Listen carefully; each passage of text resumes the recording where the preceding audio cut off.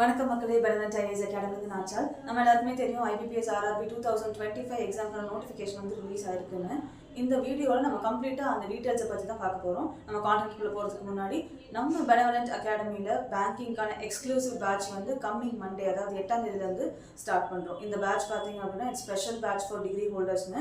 So யாரெல்லாம் இப்போ வந்து பேங்கிங்க்கு நான் வந்து ஃபர்ஸ்ட் டைம் ப்ரிப்பேர் பண்ண போகிறேன், இல்லை ஏற்கனவே ப்ரிப்பேர் பண்ணிட்டு இருக்கேன், எனக்கு கொஞ்சம் கைடன்ஸ் இருந்தால் பெட்டராக இருக்கும், இப்படி யாராவது இருக்கீங்கன்னா நீங்கள் தாராளமாக இந்த பேட்ச் அவைல் பண்ணிக்கலாம். இந்த பேட்சோட டைம் பார்த்தீங்கன்னா 9 AM to 1 PM. பேட்ச்க்கான ஃபீஸ் வந்து 12,000 rupees.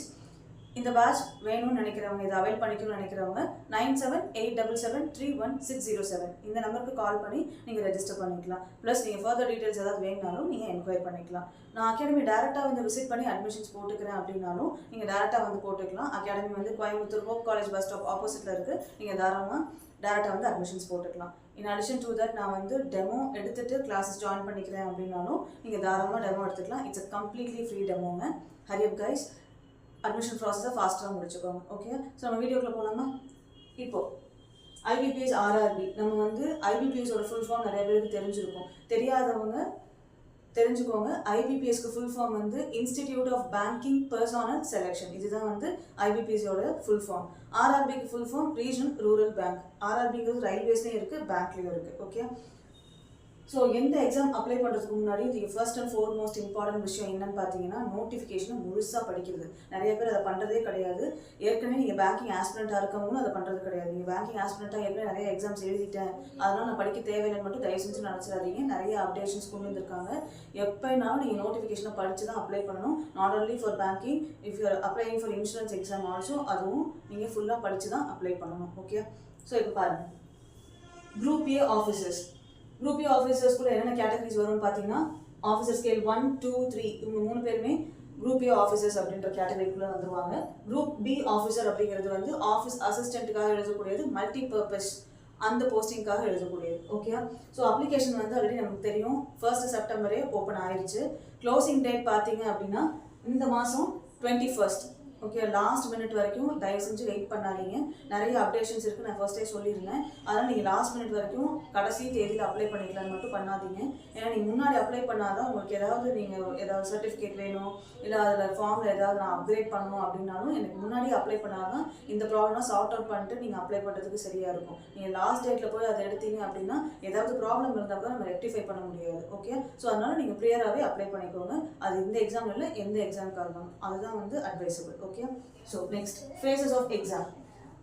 ஆஃபீஸ் அசிஸ்டன்ட், அதாவது குரூப் பி ஆஃபீஸருக்கு எழுதுறோம் அப்படின்னா வந்து prelims mains 2 level of exam தான் இருக்கும், இன்டர்வியூ கிடையாது. இது ரெண்டையும் கிளியர் பண்ணணும். அடுத்தது ஆஃபீஸர் ஸ்கேல் 1 எழுதுறீங்க அப்படின்னா ப்ரிலிம்ஸ் மெயின்ஸ் இன்டர்வியூ, இது 3 ஃபேஸையும் கிளியர் பண்ணணும். ஸ்கேல் 2 அண்ட் ஸ்கேல் 3 அப்ளை பண்ணி எழுதுறீங்க அப்படின்னா ஒரே எக்ஸாம் தான், அதுக்கப்புறம் இன்டர்வியூ. இதில் எந்த போஸ்டிங் நீங்கள் எழுதுறீங்கனாலும் இதில் எல்லா ஃபேஸஸையும் கிளியர் பண்ணதுக்கப்புறம் முக்கியமாக உங்களுக்கு என்ன இருக்கும், இந்த லோக்கல் லாங்குவேஜ் ப்ரொஃபிஷியன்சி டெஸ்ட்ன்றது உங்களுக்கு கண்டிப்பாக வைப்பாங்க. இதையும் நீங்கள் குவாலிஃபை பண்ணாதான் உங்களுக்கு போஸ்டிங்கே அலாட் பண்ணுவாங்க. ஓகே, இது முக்கியம், நோட் பண்ணி வச்சுக்கோங்க. அடுத்தது ஏஜ் க்ரைட்டீரியா. ஆஃபீஸ் அசிஸ்டன்ட் போஸ்ட்டுக்கு அப்ளை பண்ணுறீங்கன்னா மினிமம் 18 years, மேக்ஸிமம் 28 years இருக்கணும்.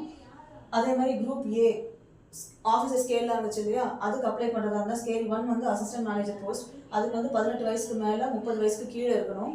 ஸ்கேல் 2 மேனேஜர் லெவல் போஸ்ட், 21 வயசுக்கு மேலே 32 வயசுக்கு கீழே இருக்கணும். Scale 3 senior manager level post, 21 வயசுக்கு மேலே 40 வயசுக்கு கீழே இருக்கணும். இது ஏதாவது ஏஜ் ரிலாக்ஸேஷன் வந்து நீங்கள் அது பேஸ்ட்டு அப்ளை பண்ண போறீங்கன்னா எல்லாத்துக்கும் காமன் ஏஜ் ரிலாக்ஸேஷன் தான். SC ST கேட்டகரியாக இருந்தால் 5 years ரிலாக்ஸேஷன் இருக்கும், OBCயாக இருந்தால் 3 years இருக்கும். எக்ஸ் சர்வீஸ் மேலே நீங்கள் ஆஃபீஸ் அசிஸ்டண்ட்டுக்கு அப்ளை பண்ணி எழுதுறீங்கன்னா உங்கள் சர்வீஸோட ஒரு 3 வருஷம் எக்ஸ்டெண்ட் பண்ணுவாங்க.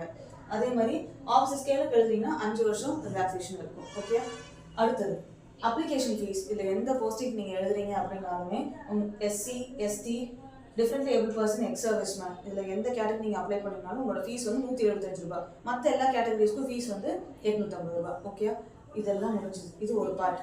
நம்மளுக்கு அடுத்த மெயின் பார்ட் என்னது, எஜுகேஷனல் குவாலிஃபிகேஷன். தயவு செஞ்சு இது தெரியாமல் அப்ளை பண்ணாதீங்க.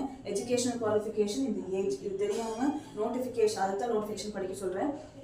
இதுவும் தெரியாமல் நீங்கள் நோட் பண்ணாமல் ஒரு எக்ஸாமுக்கு அப்ளை பண்ண முடியாது, பண்ணக்கூடாது, அது தப்பு. ஓகே, இப்போது ஆஃபீஸ் அசிஸ்டன்ட் நீங்கள் எந்த எக்ஸாம் எழுதுறீங்கனாலும் எந்த போஸ்டிங்க்கு எழுதுறீங்கனாலும் மினிமம் ஒரு UG டிகிரியாவது கட்டாயமாக முடிச்சிருக்கணும், அது மஸ்ட். ஓகே, முடிச்சிருந்தா தான் அப்ளை பண்ண முடியும்.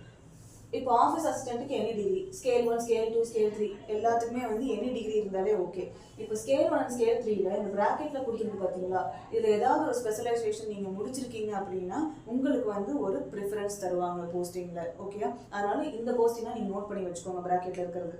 ஓகே, இதுவே ஸ்கேல் 3க்கு நீங்கள் அப்ளை பண்ணியிருக்கீங்கன்னா முக்கியமான விஷயம், அந்த ரெலவெண்ட் ஃபீல்டில் வந்து உங்களுக்கு 5 வருஷம் எக்ஸ்பீரியன்ஸ் இருந்தால் மட்டும்தான் நீங்கள் அந்த ஸ்கேல் 3க்கு அப்ளை பண்ணணும். ஓகே, அடுத்தது ஸ்கேல் 2ல ஜென்ரல் பேங்கிங் ஆஃபீஸர், அதுக்கு என்ன டிகிரி தான், பட் ரெலவெண்ட் ஃபீல்டில் வந்து உங்களுக்கு 2 வருஷம் எக்ஸ்பீரியன்ஸ் இருக்கணும். அடுத்தது ஸ்பெஷலிஸ்ட் ஆஃபீஸர், மேனேஜர் லெவல் போஸ்ட்டுக்கு இந்த மாதிரி ஐடி முடிச்சிருக்கீங்க, சார்ட்டர்ட் அக்கௌண்ட் முடிச்சிருக்கீங்க, லா, ட்ரெஷரி மேனேஜர் ஏதாவது நான் முடிச்சிருக்கேன் அப்படின்னா அந்த ரெலவெண்ட் ஃபீல்டில் உங்களுக்கு வந்து இந்த எக்ஸ்பீரியன்ஸ்லாம் இருந்தால் தான் நீங்கள் ஸ்கேல் 2க்கு அப்ளை பண்ணணும். ஸோ இதெல்லாம் நோட் பண்ணிவிட்டு அப்புறமா வந்து நீங்கள் எக்ஸாமுக்கு அப்ளை பண்ணுங்கள். ஸ்கேல் 2, ஸ்கேல் 3லாம் ரொம்ப கவனமாக அப்ளை பண்ணுங்கள், அதை யார் அப்ளை பண்ணிங்கனாலும். ஓகே, இதோட அடிஷ்னல் இன்ஃபர்மேஷன், முக்கியமான இன்ஃபர்மேஷன் என்ன அப்படின்னா, இதை எல்லா ஃபேஸையும் கிளியர் பண்ணதுக்கப்புறமா நீங்கள் வந்து டாக்குமெண்ட் வெரிஃபிகேஷன் நடக்குமா, அந்த டைமில் உங்களுக்கு சிபில் ஸ்கோர் ஒன்று செக் பண்ணுவாங்க. இந்த சிபில் ஸ்கோர் யாருக்கு அப்ளை ஆகும்னு பார்த்தீங்க அப்படின்னா, நீங்கள் இப்போ ஏற்கனவே லோன் எடுத்திருக்கீங்க, லோனில் அந்த ப்ராசஸ் போயிட்டுருக்கு, கட்டிட்டு இருக்கீங்க அப்படின்னா அவங்க ஒரு சர்டைன் சிபில் ஸ்கோர் மெயின்டைன் பண்ணணும். ஆர்ஆர்பி வந்து அந்த டைமில் என்ன அமெண்ட்மெண்ட் கொடுத்துருக்காங்களோ அந்த சிபில் ஸ்கோரை மெயின்டைன் பண்ணியிருக்கணும். ஃபார் எக்ஸாம்பிள் அந்த டைமில் உங்களுக்கு ஆர்ஆர்பி ஒரு 600க்கு மேலே சிபில் ஸ்கோர் வச்சுருக்காங்க அப்படின்னா நீங்கள் 600க்கு மேலே மெயின்டைன் பண்ணியிருக்கணும். ஒருவேளை நீங்கள் மெயின்டைன் பண்ண தவறிட்டீங்க அப்படின்னா அந்த கன்சர்ன் பேங்க்லேருந்து ஒரு நோ அப்ஜெக்ஷன் சர்டிஃபிகேட் வாங்கணும். இல்லை அப்படின்னா நான் சிபிலை கிளியர் பண்ணிட்டேன்ற ஒரு லெட்டர் வாங்கணும். இந்த மாதிரி நீங்கள் வாங்கி சப்மிட் பண்ணிட்டீங்கன்னா உங்களுக்கு போஸ்டிங் அலாட் பண்ணிடுவாங்க. ஸோ இது எல்லாத்தையும் நீங்கள் செக் பண்ணிவிட்டு ஒரு எக்ஸாமுக்கு அப்ளை பண்ணுங்கள். சிபில் ஸ்கோர் யாராவது மெயின்டைன் பண்ணாமல் இருக்கீங்க அப்படின்னா அது இப்போலேருந்து ஸ்டார்ட் பண்ணி மெயின்டைன் பண்ண ஆரம்பிச்சிருங்க. அப்போ தான் நீங்கள் அந்த டைமில் ஓரளவு உங்களால் மேனேஜ் பண்ணிக்க முடியும். ஓகே, ஸோ இதே மாதிரி நம்ம ஆர்ஆர்பியில் என்னென்ன செக்ஷன்ஸ், அதாவது ப்ரிலிம்ஸ்க்கு தனியாக, மெயின்ஸ்க்கு தனியாக என்னென்ன செக்ஷன்ஸ் இருக்குது, எக்ஸாம்ஸ் எப்படி இருக்கும், டைம் லிமிட் என்ன, இதெல்லாமே நம்ம தனியாக இன்னொரு வீடியோவில் டீட்டெயிலாக பார்ப்போம். Okay, thank you.